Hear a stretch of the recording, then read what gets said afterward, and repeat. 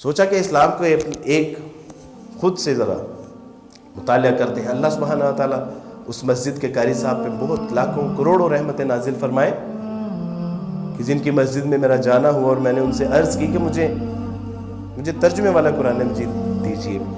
تو انہوں نے کہا کہ آپ کے گھر میں نہیں ہے. تو میں نے کہا کہ وہ ہمارے گھر میں کیسے ہوگا, میں تو عیسائی ہوں.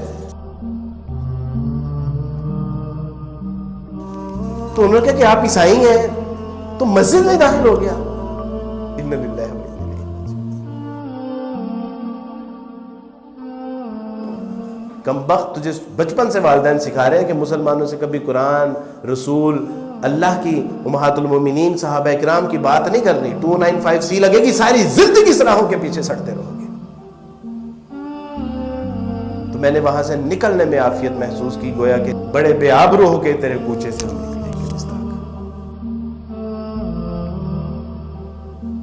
ادھر ہندو جو ہیں وہ اچھوت لوگوں کو ہاتھ نہیں لگانے دیتے, گیتا کو, رامائن کو, اور ادھر مسلمان عیسائیوں کو ہاتھ نہیں لگانے دیتے. تو کیا آخر اس میں راز ہے؟ تو جب گئے تو دل میں یہ عہد کر لیا کہ قرآن کو پڑھنا ضرور ہے. دوست سے کہا کہ بھائی کسی کو بتانا نا, قرآن مجید چاہیے. تو اس نے قرآن مجید لا دیا. مختصر اس کے ساتھ ایک پوری تفصیل سے بات ہوئی. اس نے وہ نصیحت کی بڑی خوبصورت. اس نے کہا کہ کوئی ایسی بات نہیں ہے, بس آپ نے اس کو صاف ستھرا ہو کے پڑھنا ہے. تو میں نے کہا کہ بالکل ٹھیک ہے. میں نے پہلی بار قرآن مجید کو جب ہاتھ لگایا تو میں نے سوچا کہ شاید آسمان سے بجلی نہ کہیں گر پڑے, کوئی زمین شک نہ ہو جائے, مجھے کوئی جو ہے وہ زمین میں دھنسا نہ دیا جائے, کوئی طوفان نہ آ جائے. اور پھر یہ ساری چیزیں ہوئی میرے دوستوں. پھر یہ وقتاً فوقتاً یہ ساری چیزیں ہوئیں. میں نے جب پہلی بار قرآن مجید کا ترجمہ پڑھا تھا تو میں نے بڑے ڈرتے ڈرتے اس کو کھولا تو میں نے دیکھا الحمدللہ رب العالمین. تمام تعریفیں اس اللہ کے لیے ہیں جو تمام جہانوں کا رب ہے. اور میرے لیے یہ جملہ بہت انسپائرنگ تھا, یعنی کسی کو جھنجھوڑ دینے والا. رب العالمین, کیونکہ ہم نے تو ساری زندگی بائبل میں پڑھا تھا خداوند تمہارا خدا اسرائیل کا خدا ہے, خداوند تمہارا خدا ابراہیم کا خدا ہے, خداوند تمہارا خدا یعقوب کا خدا ہے, خداوند تمہارا خدا رب الافواج کا خدا. لیکن مسلمانوں کا قرآن کیا کہہ رہا ہے؟ الحمدللہ رب العالمین. تمام تعریفیں اس اللہ کے لیے ہیں جو رب ہے تمام جہانوں کا. الرحمن الرحیم, وہ مہربان ہی نہیں وہ بہت زیادہ رحم کرنے والا ہے. اے میرے بندے, اس کا رحمان ہونا تجھے کہیں جو ہے وہ غفلت میں مبتلا نہ کر دے, کہیں تو شتر بے مہار نہ بن جائے.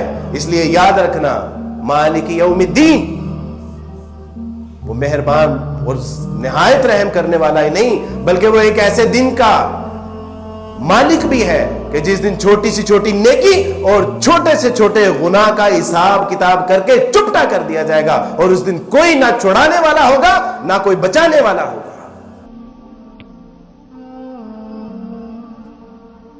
ایاک نعبد و ایاک نستعین اہدنا الصراط المستقیم. اے میرے بندے, کس کا متلاشی ہے؟ سیدھے راہ پہ چلنا چاہتا ہے, جنتوں کا متلاشی ہے, اللہ کی رضا چاہتا ہے, اس کی ناراضگی سے بچنا چاہتا ہے, دوزخ کی آگ سے بچنا چاہتا ہے. مسیح علیہ الصلوۃ والسلام نے کہا ان اللہ ربی و ربکم فاعبدوہ ھذا صراط مستقیم. کہ یا اللہ عجیب کلام. میں نے کہا کہ یہ وہی کلام نہیں ہے جس طرح تورات, زبور, انجیل تھی, وہ بھی تو اللہ کا کلام ہی تھا, لیکن ان کا حال کیا ہو؟ ثمنن قلیلا, چند پیسوں کی خاطر ان میں بڑھا دی گئی چیزیں, گھٹا دی گئی چیزیں. تو میں نے کہا کہ اسی طرح یہ کلام, تو کلام قرآن نے کہا کہ نہیں, الف لام میم ذالک الکتاب لا ریب فیہ ھدی للمتقین. الف لام میم یہ وہ کتاب ہے کہ جس میں شک شبہ نہیں, شک شبے کا شائبہ بھی نہیں ہے. ان کنتم فی ریب مما نزلنا علی عبدنا فأتوا بسورۃ من مثلہ.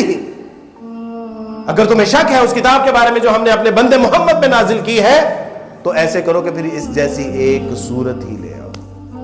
اور اگر تم نہ کر سکو اور ہرگز نہیں کر سکتے تو پھر ڈرنا چاہیے تمہیں اللہ کے شدید ترین عذاب سے کہ یا اللہ یہ مسلمان ہمیں اس کو ہاتھ لگانے سے کیوں روکتے ہیں؟